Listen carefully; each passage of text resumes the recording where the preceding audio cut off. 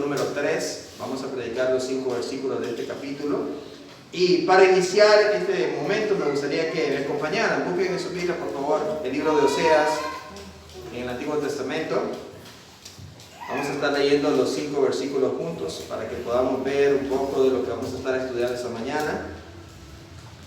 El libro de Oseas, capítulo 3, dice así: Me dijo otra vez Jehová, ve, ama a una mujer amada de su compañero, aunque adúltera, como el amor de Jehová para con los hijos de Israel, los cuales miran a dioses ajenos y aman tortas de pasas.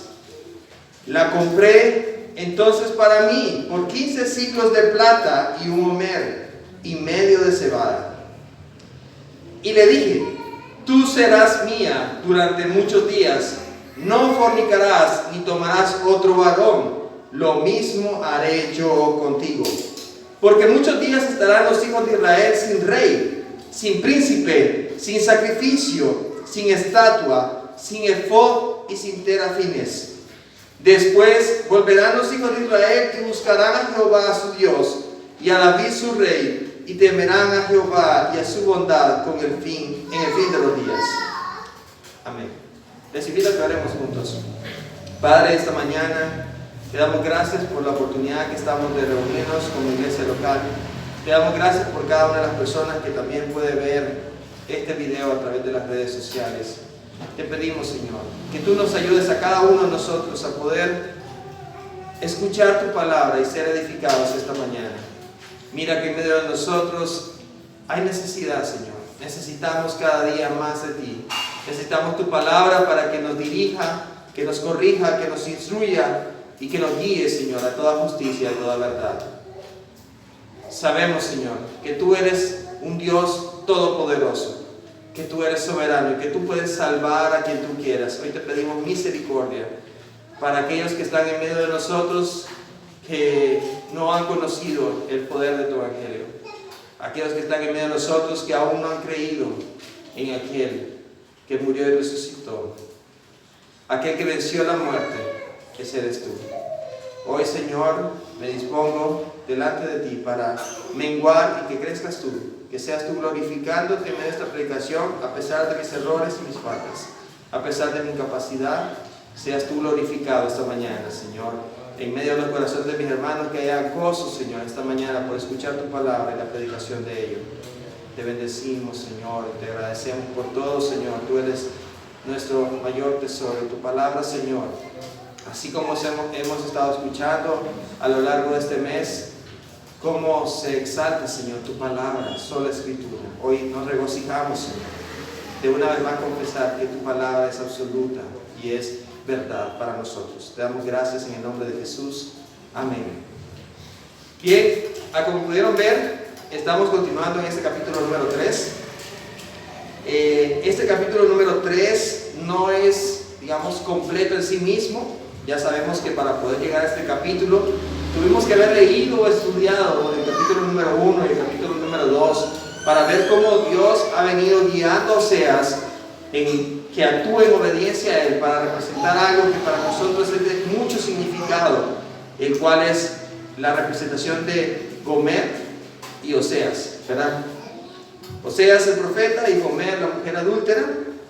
Entonces vamos a regresar un poco en su Biblia, por favor, al capítulo número 1, el versículo número 2. Dice: el principio de la palabra de Jehová por medio de Oseas. Dijo Jehová a Oseas: ve, tómate una mujer fornicaria e hijos de fornicación, porque la tierra fornica apartándose de Jehová. Entonces nosotros vemos que ese es el inicio de esta historia entre Oseas y el mandato que Dios le da. Y vemos cómo Oseas obedece este mandato, ¿verdad? Las instrucciones que Dios le da categóricamente, él va y las obedece en los siguientes versículos y toma a Gomer, que es la mujer que mencionada en este libro. En el capítulo 2, avanzamos un poquito más, en el versículo 5 dice: porque su madre se prostituyó, hablando de los hijos de Gomer, la que los dio a luz se deshonró, porque dijo: iré tras mis amantes, que me dan mi pan y mi agua, y mi lana y mi lino, mi aceite y mi bebida. Entonces nosotros vemos cuál era la intención de Gomer al ir tras sus amantes, ¿verdad? Era obtener ciertos recursos, era obtener ciertos beneficios, era aventurarse a esta vida de desenfreno y de pecado. Y ahora en el capítulo número 3, en el versículo número 1, vemos que Dios manda nuevamente a Oseas y le dice, capítulo 3, versículo 1, me dijo otra vez Jehová, ¿verdad? Esa es otra vez que el Señor habla a la vida de Oseas y le está diciendo instrucciones claras y le dice, ve, ama a una mujer amada de su compañero, aunque adúltera. Y nosotros vemos que en estos versículos está llamando a Oseas, ya había tomado a Gomer lo había deshonrado, había cometido adulterios, había ido en pos de sus amantes, y ahora Dios le dice que vaya y ame nuevamente a esa mujer. Y cuando nosotros vemos de que la palabra nos dice a una mujer, y no describe el nombre o no llama a esa mujer como Gomer, en algunas ocasiones algunas personas piensan de que se refiere a otra mujer. El hecho de que Gomer había sido adúltero, lo había liberado, digámoslo así, de su pacto matrimonial, y él podía tal vez tomar otra mujer, pero la razón o la perspectiva que más nosotros nos inclinamos es que llama a Gomer una mujer para decir de que el pacto había sido quebrantado. Ya no podía decir ve y toma a tu esposa, sino que le está diciendo ve y toma a una mujer ahora en la condición de adulterio. Ya había roto su pacto matrimonial, había quebrantado ese pacto y ya no tenía los derechos de una esposa. Entonces por esa razón es que le dice toma a una mujer amada de su compañero, o sea una mujer adúltera. Y para que fuera una mujer adúltera, ustedes saben que la diferencia entre adulterio y fornicación es el tema de la condición de la persona. Una persona que está casado comete adulterio, una persona que está soltero y vive una vida de inmoralidad comete fornicación. Entonces, por lo tanto, se estaba refiriendo a una mujer que tenía un marido, ¿sí o no? Esta mujer dice que había cometido adulterio. ¿Y dónde nosotros vemos ese adulterio que se representa en la vida de Gomer? Bueno, lo que acabamos de leer en el capítulo número 12, en el versículo 5, donde dice que sus amantes le iban a dar pan, agua, lana, lino, aceite y bebida. Eso mismo ocurre con las personas que nosotros hemos entendido que en el tiempo de Israel, en este tiempo, ¿verdad? En el contexto del escrito de Oseas, el pueblo de Israel era el pueblo escogido por Dios. Era un pueblo que había sido apartado para la gloria de Dios. ¿Y qué es lo que había pasado con este pueblo? Este pueblo había hecho lo que estaba haciendo Gomer. Se había ido en pos de lo que le ofrecía la prosperidad. En ese contexto ya hemos escuchado semanas anteriores de que el reino del norte de Israel estaba próspero, había mucho dinero, había mucho comercio, había mucho, digamos, desarrollo, pero también había mucho pecado, porque ellos habían desobedecido a Dios, habían atraído la cultura de otros lugares y se habían tomado para ellos dioses ajenos y estaban rindiendo culto a ellos y no al culto al Dios de Israel, a Jehová. ¿Y saben qué pasaba? Ellos estaban confundidos porque ellos creían que ellos estaban haciendo las cosas bien, porque estaban obteniendo buenos resultados. Y si nosotros nos comparamos la sociedad de este tiempo, ¿no es lo mismo acaso? Las personas consideran que su vida les está marchando bien, porque cuando tú le preguntas a alguien ¿cómo te va? Bien, tengo casa, tengo familia, tengo vestido, tengo que comer, me está yendo bien el negocio, y la gente tiene una cosmovisión errada. Tiene un punto de vista de la vida, de la manera de que miran la vida como una realización personal. ¿Qué puedo obtener? ¿Cómo puedo prosperar? ¿Cómo puedo ser mejor? ¿Cómo puedo tenerlo mejor? Y esta mujer estaba viendo que Oseas le ofrecía un matrimonio, un hogar, una familia, bajo los principios de Dios. Y esta mujer estaba anhelando algo fuera de ese hogar y se fue tras ello, persiguiendo el deseo de su corazón de obtener pan, abundancia, agua, lana, o sea, vestido, aceite y bebida. Asimismo, el corazón del hombre se inclina hacia la maldad. hacia su pecado en esa búsqueda. Y nosotros vemos que ese pecado o ese deseo nunca es saciado. Un hombre inmoral puede ir tras una mujer, tras otra, y pasar toda su vida persiguiendo su pecado y nunca alcanzarlo. Nunca sentirse completo, lleno, satisfecho. De igual manera el hombre que está sumergido en la bebida, en el alcoholismo, nosotros podemos ver cómo toman y toman, abren otra botella y otra botella y otra botella, y su deseo nunca se sacia. Asimismo, nosotros podemos ver nuestra propia vida. Cuando nosotros nos vemos hacia atrás, podemos ver cómo nosotros perseguíamos nuestros deseos desenfrenados y no éramos satisfechos. Necesitábamos tomar del agua de vida. Necesitábamos saciar nuestro deseo, que es solamente llenar ese vacío, complementar nuestra vida, era a través de Jesús. Y eso es lo que pasaba en la vida de Gomer. Había sido tomada, era la esposa de Oseas, y asimismo el pueblo de Israel era el pueblo escogido, y se desenfrenó y pecó. Por lo tanto, ellos, como leíamos en los versículos anteriores, le dice Lo-ami, le pone el nombre de Lo-ami a uno de los hijos. ¿Y qué es lo que significaba, hermanos? Lo-ami, pueblo no escogido, o no pueblo mío, o no eres mi pueblo. Entonces el pueblo de Israel era desechado por su pecado, era apartado por su pecado, y le dice: y yo no soy su Dios. Qué duras palabras, ¿verdad? Sin embargo, si seguimos leyendo en este versículo número 1, dice: como el amor de Jehová para con los hijos de Israel. Ahí está la explicación. ¿Por qué contrasta a Gomer y esta mujer adúltera y el amor de su esposo? O sea, dice: como el amor de Jehová para con los hijos de Israel, los cuales miran a dioses ajenos, y no solo los miran, codician y van tras ellos.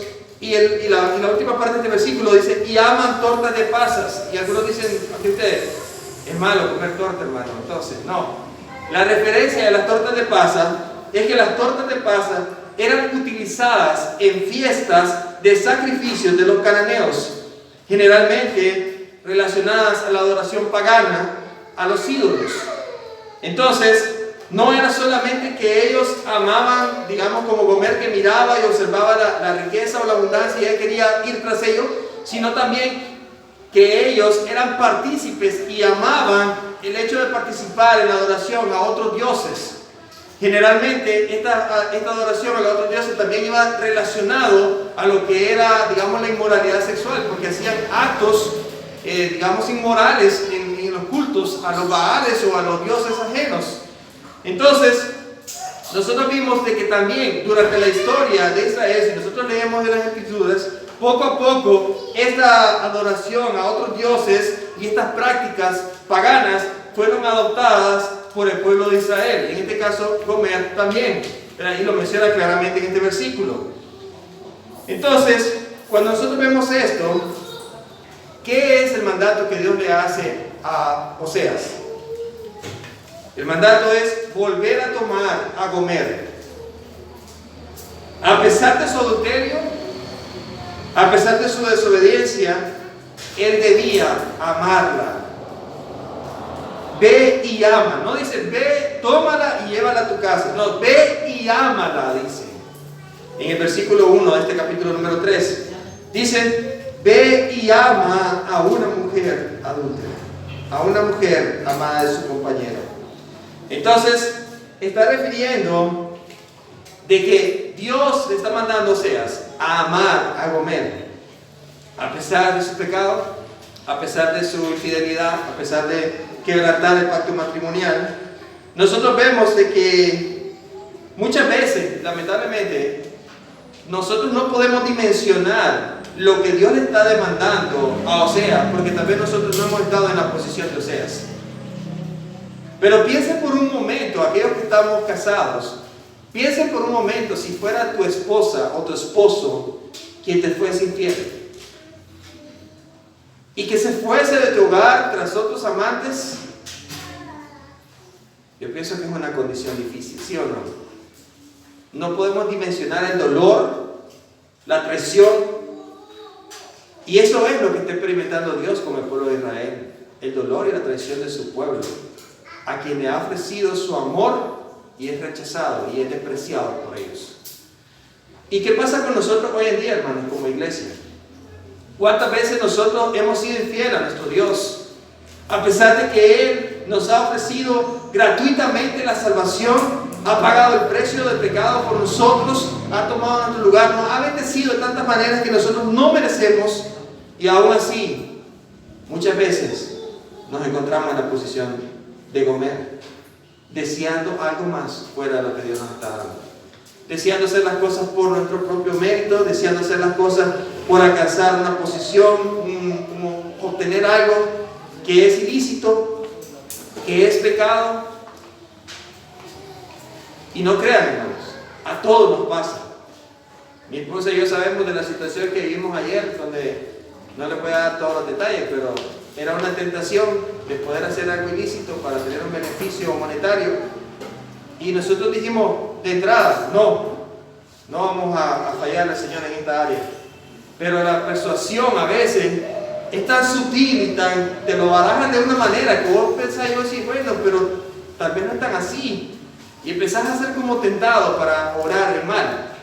Pero ¿sabe qué? Gracias a Dios que tenemos su palabra que nos recuerda cómo nosotros debemos de conducir nuestras vidas en esta tierra para su gloria, menguando el deseo del pecado y esa lana, ese pan, ese vino, ese aceite que nos ofrece muchas veces a través de las tentaciones. Y gracias a Dios también por aquellos hermanos que conocemos, que nos ayudan y nos aconsejan en esos momentos que también nosotros titubeamos. Gracias a Dios que no tomamos esa torta de paz ayer. A veces es difícil, hermanos, decir que no, pero nosotros sabemos que es lo correcto. El Señor nos redarguye a través del Espíritu Santo y nos guía, y debemos orar para bien. Entonces, cuando nosotros vemos que Dios manda a tomar a Gomer, o sea, nuevamente, vemos que el pacto matrimonial había sido quebrantado, y nosotros vemos que esa es la condición en la que se encuentra el pueblo de Israel. Una condición de que tienen un título por herencia, por conocimiento general, pero en la práctica ellos están alejados del Señor. Entonces, en este punto es importante que en el versículo número 3 nosotros leemos la palabra amor 4 veces. Tratemos de buscarlo, identificarlo, hermanos. Dice, me dijo otra vez Jehová, ve, ama, la primera vez, ¿verdad? A una mujer amada, segunda vez, de su compañero, aunque adúltera, como el amor, menciona otra vez la palabra amor, de Jehová para con los hijos de Israel, los cuales miran a dioses ajenos y aman tortas de pasas. Bueno, yo creo que si nosotros vemos de que una palabra se repite más de una vez en un versículo, en un contexto, algo de importancia tiene para nosotros. Tenemos que pausarnos, escudriñar un poco más o ver qué es lo que está tratando de mostrarnos. En primer lugar, cuando vemos la primera vez que se menciona la palabra amor, es cuando Oseas recibe el mandato de amar a Gomer. En segundo lugar, es cuando el amor de Gomer no corresponde al amor de su esposo, sino que se va tras sus amantes. Oseas, amar a su esposa, la esposa, amar a otro. La tercera vez que se menciona es el amor de Dios por su pueblo. Dice, como el amor de Jehová para su pueblo. ¿Y qué es lo que hace el pueblo? Ama las tortas de pasa, ama otros dioses, ama el paganismo, el pecado. Entonces, eso es lo que nos ayuda a contrastar como el amor de Dios hacia su pueblo, como el amor de Oseas hacia su esposa, el amor de su esposa hacia otro, el amor del pueblo de Israel hacia otro. Es una forma clara, sencilla de ver esto. Entonces, cuando vemos la condición de Gomer, es la misma condición también en la que nos encontramos nosotros cuando no hemos sido salvados, cuando no hemos estado en el punto de que el Evangelio impacta nuestras vidas, que nosotros recibimos, ¿verdad?, esa salvación, abrazamos esa salvación a través de la fe de Jesucristo y nosotros somos nacidos de nuevo. Entonces, si nosotros nos ponemos en esa posición de antes de ser salvos, ¿cómo estábamos nosotros? Bueno, estábamos muertos en nuestros delitos y pecados, estábamos continuamente abonando pecado y pecado, condena y condena en nuestras vidas. Éramos personas que estábamos en una condición de que merecíamos y merecemos aún, por nuestra conducta pecaminosa, la ira de Dios, el castigo eterno. Si nosotros estuviéramos delante de un juez y pudiera ver todas nuestras transgresiones, ¿cuál era nuestro dictamen? Culpable. Entonces, ¿cuál era nuestro castigo? ¿Quién me puede decir? ¿Cuál era el castigo que nosotros merecíamos? ¿Era 6 meses encarcelado y luego libertad condicional o algo así por el estilo? No, ¿verdad? Era serio. Y es serio, hermanos. Nuestras transgresiones delante de un Dios vivo, santo y justo son serias. Por favor, acompáñenme al Salmo 7:11.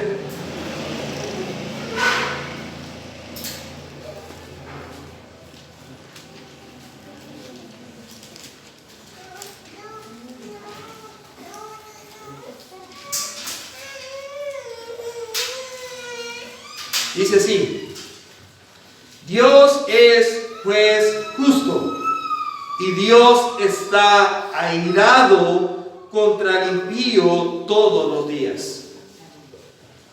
Nosotros vemos que la condición de aquellos que tienen una conducta impía, tienen una vida impía, tienen una vida de pecado continuo delante de Dios sin arrepentimiento, vemos que Dios está airado contra ellos. No es airado contra su pecado, como algunos dicen, que Dios ama al pecador y aborrece su pecado. No es así. Dice que Dios está airado contra el impío todos los días, porque Él es un Dios justo. Por lo tanto, cuando nosotros vemos la condición de Gomer y el pueblo de Israel, Dios estaba dolido, herido por su transgresión, pero estaba airado contra ellos también. Entonces, podríamos tratar nosotros de hacer buenas obras, de dar una obra de caridad, dar dinero o dar comida a aquellos que están hambrientos. Podríamos ir y despojarnos de algo de nosotros para ayudar a otros, a aquellos que están enfermos. Podríamos tratar de hacer muchas cosas buenas. Podríamos tratar de ser buenos esposos, buenas esposas, buenas madres, buenas abuelas, buenos abuelos, buenos hijos. Podríamos tratar de hacer cualquier cosa que se nos ocurra para tratar de ser buenas personas. Pero lo cierto es que la Biblia dice en Isaías 64:6, búsquenlo, hermano, por favor. Isaías 64:6, quiero que lo leamos.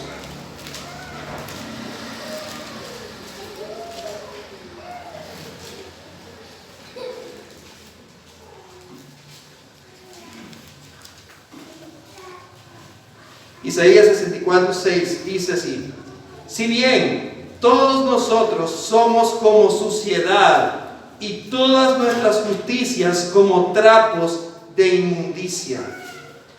Miren qué tremendo, hermanos. Todos nosotros somos como suciedad delante de Dios. Y todas nuestras justicias, todas las obras buenas que nosotros queramos hacer, todo lo que queramos hacer como para ganarnos la salvación, todo lo que queramos hacer para decir que somos buenos, dice la Biblia que son como trapos de inmundicia. Y yo creo que algunos de mis hermanos predicadores ya lo han explicado en algún momento, pero los trapos de inmundicia no son los trapos sucios que tenés en la cocina para limpiar lo que está sucio. ¿Saben qué eran los trapos de inmundicia? En aquel entonces no había toallas sanitarias. Y los trapos de inmundicia eran los trapos que las mujeres usaban en sus tiempos de menstruación para cubrirse y donde salía, ya saben ustedes todo eso, ¿verdad? Esos eran los trapos de inmundicia. Y así comparan nuestras obras buenas, como esos trapos desechables que era algo, digamos, vergonzoso para ellos y que era algo sucio, digámoslo así. Entonces, estas son malas noticias para los pecadores. Son malas noticias porque sus obras no son suficientes. Son malas noticias porque si nosotros vemos nuestra maldad y nuestro pecado delante de un Dios vivo, justo, tenemos que tener temor y temblor delante de Él. En el versículo número 2 de Oseas 3, que estamos leyendo, dice así: la compré entonces para mí por 15 ciclos de plata y un homer y medio de cebada. En primer lugar, hermanos, nosotros vemos de que Oseas tenía que comprar a su esposa para tenerla nuevamente. ¿Y por qué tenía que comprarla? Bueno, en ese contexto, generalmente cuando las personas tenían un precio era porque habían sido esclavizados. Se habían vendido a una persona por una cantidad de dinero o por una deuda, y generalmente estas personas tenían un precio que, al sumar todo el valor de lo que menciona acá, más o menos da lo que era un precio de un esclavo, ¿verdad? Que era como 30 ciclos. Entonces, cuando nosotros vemos que decía que tenía que comprarla para ella, no era solamente ir y tomarla y restaurarla como su esposa, perdonarla y darle nuevamente ese restablecimiento de su pacto matrimonial. No era solamente vivir con ellos, sino que era que también él tenía que comprarla por un precio. Tenía que pagar por ella, tenía que pagar por sus errores, tenía que pagar por su infidelidad, tenía que pagar por su pecado, tenía que pagar en lugar de ella. ¿Cuál era la condición de Gomer? La condición de ella era que estaba esclavizada. ¿Qué podía hacer Gomer? ¿Qué podía hacer, hermanos, para pagar su deuda si era una esclava? La condición de ella era desfavorable. Y nosotros vemos aquí manifestada la misericordia de Dios para con nosotros, porque nosotros teníamos una acta de decreto en nuestra contra, y eso tenía un precio, y el precio era la muerte, como decíamos más antes. Pero ¿saben qué? Nosotros vemos la misericordia de Dios manifestada del Padre al enviar a su Hijo para morir en nuestro lugar, para pagar el precio de nuestro rescate, para pagar por nuestro pecado, por nuestra injusticia, por nuestra infidelidad. Tú y yo merecemos el castigo eterno. Somos injustos, somos pecadores, pero ¿sabes qué? Dios envió a Jesús a esa tierra a vivir una vida justa, santa, sin pecado, para hacer ese sacrificio inmolado perfecto, que fue un intercambio glorioso para nosotros, una gracia inmerecida que nos es dada gratuitamente. No podemos hacer nada para compensarlo. Así como Gomer era una esclava y no podía pagar su deuda, era una deuda impagable para ella. Asimismo, nosotros hemos sido comprados por un precio que no podemos pagar.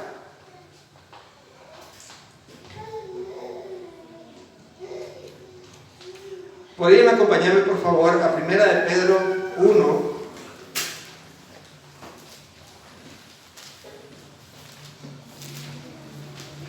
Versículos 18 al 19. Dice así: sabiendo que fuisteis rescatados de vuestra vana manera de vivir, la cual recibisteis de vuestros padres. Nosotros vemos acá el contexto también del pueblo de Israel y la conducta del ser humano. Muchas veces nosotros recibimos de nuestros padres esta misma situación. Dice: fuiste rescatados de vuestra vana manera de vivir, la cual recibiste de vuestros padres, no con cosas corruptibles. O sea, el precio por el cual nosotros fuimos redimidos, el precio por el cual nosotros fuimos salvados, no fue por cosas corruptibles. No fue no pagaron un precio por nosotros, por lana, por una oveja, por un cabro, por un chancho, por un perro. Dice que no fue por algo corruptible, por algo que fuera como oro o plata, sino con la sangre preciosa de Cristo, como de un cordero sin mancha y sin contaminación. Ese fue el precio que fue pagado por nuestro rescate, hermanos. Además de esto, si nosotros podemos ver qué pueden producir estos versículos en nuestra vida, no es más que gozo y gratitud, hermanos. Gozo y gratitud de que fuimos rescatados y comprados por ese precio que no es corruptible, la preciosa sangre de Cristo. El Cordero sin mancha y sin pecado, con una vida justa de Él, se sacrificó por nosotros. En el versículo número 3 de Oseas 3 que estamos leyendo dice: y le dije, tú serás mía, durante muchos días no fornicarás, ni tomarás otro varón, lo mismo haré yo. En este versículo nosotros vemos que Dios está restituyendo, Oseas está restituyendo a su esposa a comer, y le dice, tú serás mía. Antes había dicho, no eres pueblo mío, y ahora le dice, tú serás mía, de mi propiedad. Él pagó el precio. Por lo tanto, ¿qué pasa si yo voy a una tienda con el hermano Jimmy y compro una cartera? Yo la estoy comprando, ¿verdad? Él puede tomarla y decir, es mía. No, ¿verdad? Porque ¿quién está pagando el precio de esa cartera? Soy yo. Por lo tanto, yo tomo esa cartera. Es de mi propiedad. Entonces, cuando nosotros vemos que somos comprados por precio de sangre, nosotros vemos que somos ahora, no somos autónomos, sino que nosotros como la iglesia de Jesucristo debemos pertenecerle a Él, reconocer que Él es nuestro Señor. Ya no es mi vida, sino que mi vida le pertenece a Él. Soy su esposa ahora, como la iglesia de Cristo. Entonces, dice, tú serás mía, durante muchos días no fornicarás. Y aquí existe algo que es que Dios está demandando a su iglesia santidad delante de Él. Dios está demandando a nosotros vidas santas, apartadas para Dios. A pesar de nuestro pecado, a pesar de nuestra condición inclinada hacia el pecado, pero Dios está demandando que nosotros seamos santos en nuestra vida diaria.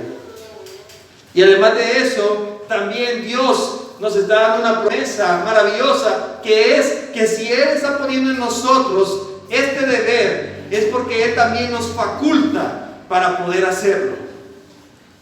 Antes, comer se inclinaba sobre su pecado y ella se fue desenfrenada. Pero ahora que nos restituye, que nos compra, que nos salva, Él nos santifica y nos da al Espíritu Santo en nosotros para que podamos agarrarnos de su palabra, ser edificados y ser santificados. Y por eso es que lo demanda a nosotros, pero es a través de Él en nosotros. Entonces dice,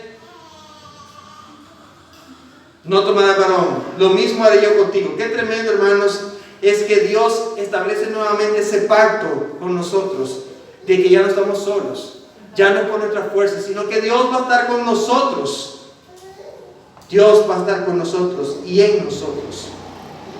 En el versículo número 4 dice, porque muchos días estarán los hijos de Israel sin rey y sin príncipe, sin sacrificio, sin estatua, sin efod y sin terafines. Este versículo apunta a una profecía para el pueblo de Israel, que iba a ser que ellos iban a ser destruidos sus reinos y ellos iban a ser enviados al exilio. Y cuando nosotros leemos que estarían sin rey, para ellos era algo como inconcebible, porque ellos tenían dos reinos, no solamente tenían un reino como antes, ahora tenían dos reinos, y el reino del norte, que es donde estaba profetizando Oseas, estaba próspero, tenía una fuerza militar fuerte, y ellos estaban como digamos en su mejor momento, según ellos, su condición. Pero ¿saben qué? Dios les anuncia castigo y juicio y le dice, estarán sin rey y sin príncipe. Y nosotros vemos de que ellos iban a ser derrotados militarmente hablando, ellos iban a ser enviados al exilio, además ya iban a quedar sin rey, sin reinos, y hasta el día de hoy, hermanos, están en esa condición. El pueblo de Israel no tiene reino, no tiene reyes, no tiene príncipes, no tiene una descendencia que se pueda guiar y decir, bueno, si ahorita pudieran establecer un rey, este viene de la genealogía directa y podría reclamar su trono. No es así. El único que nosotros, por eso a veces, ahora que mi esposa estaba leyendo acerca de la genealogía, algunas veces desprecian eso y dijeran, hermanos, ¿por qué no nos saltamos al siguiente capítulo? Eso está leyendo nombres y nombres y nombres. ¿Saben qué es lo tremendo de tener las genealogías en la palabra? De que nosotros podemos ver una línea directa del linaje davídico hacia Jesús. Y por eso es que Él es proclamado Rey de Reyes y Señor de Señores. Y por eso es que nosotros reconocemos como el único Rey verdadero del pueblo de Israel. Ya no hay más reyes y no necesitamos más reyes. Además de eso dice, no tendrán sacrificio.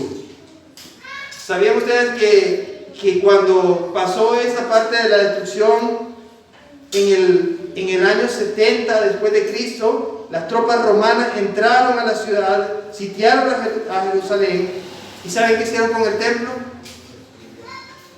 Ese templo que cuando Jesús había andado caminando, le dijeron, destruir este templo y lo levantaré en 3 días, y la gente decía,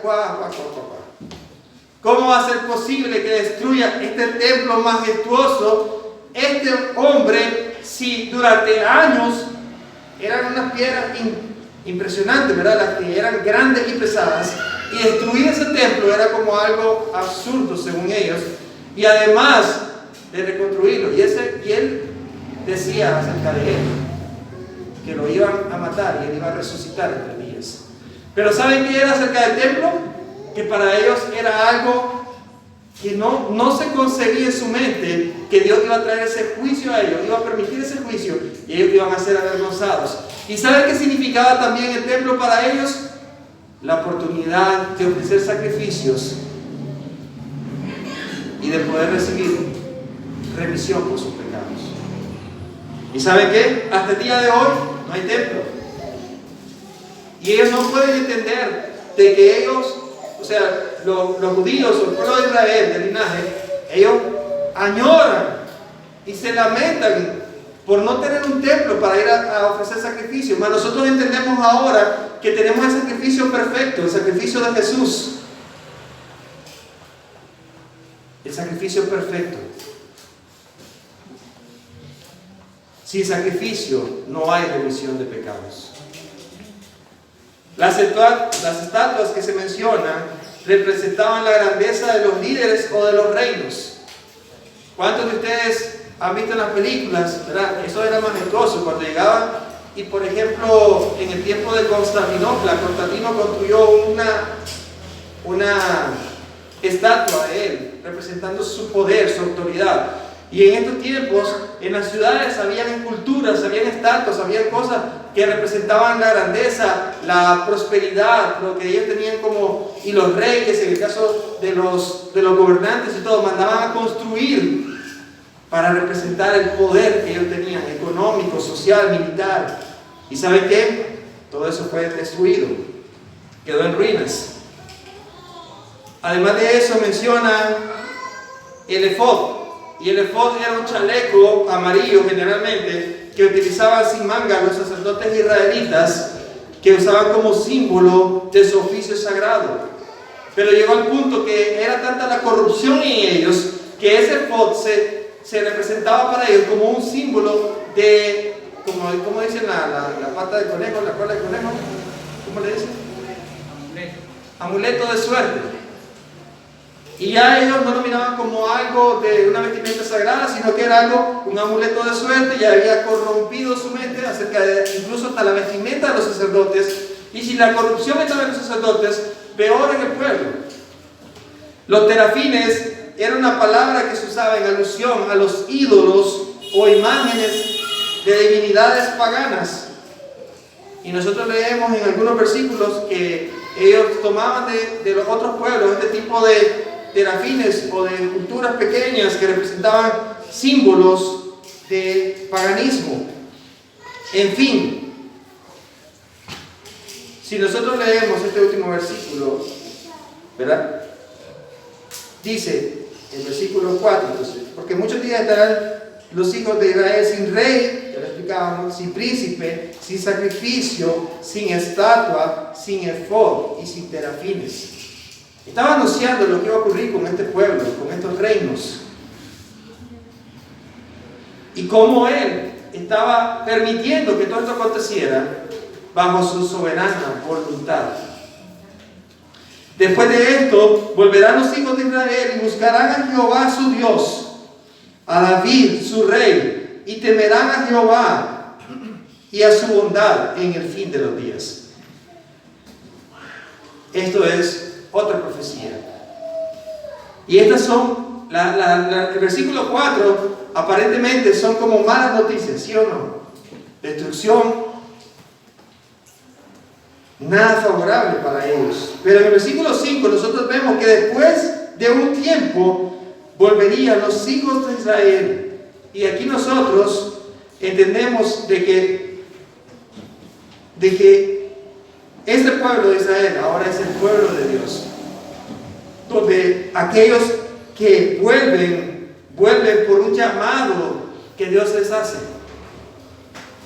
vuelven a Él, y además de eso vuelven porque buscan a Jehová su Dios.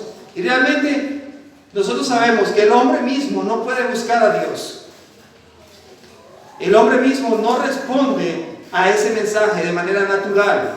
Está muerto espiritualmente, no puede responder. Así que Dios quien pone en él la capacidad de responder.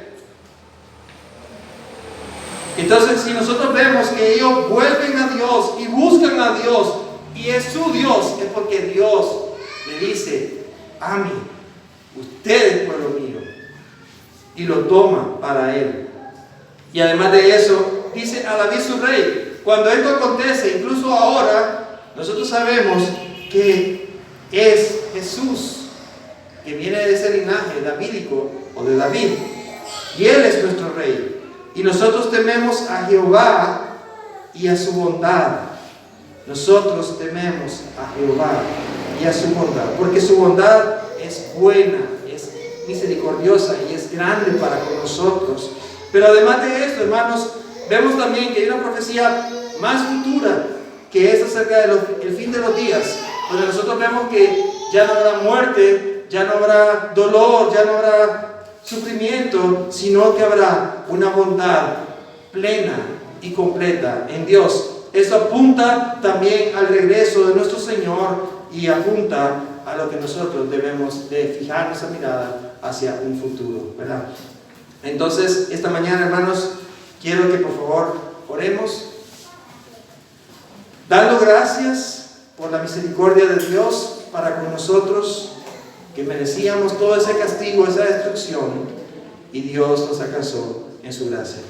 Padre, te damos gracias esta mañana, porque hace miles de años esta palabra fue escrita y se cumplió bajo tu soberana voluntad. Tú trajiste juicio, tú trajiste redención, tú trajiste, Señor, castigo, pero también diste misericordia. Señor, un día estábamos perdidos, alejados, lejos, Señor, de conocerte, Padre. No podíamos responder a tu llamado. Sin embargo, Señor, tú tuviste misericordia de nosotros y nos alcanzaste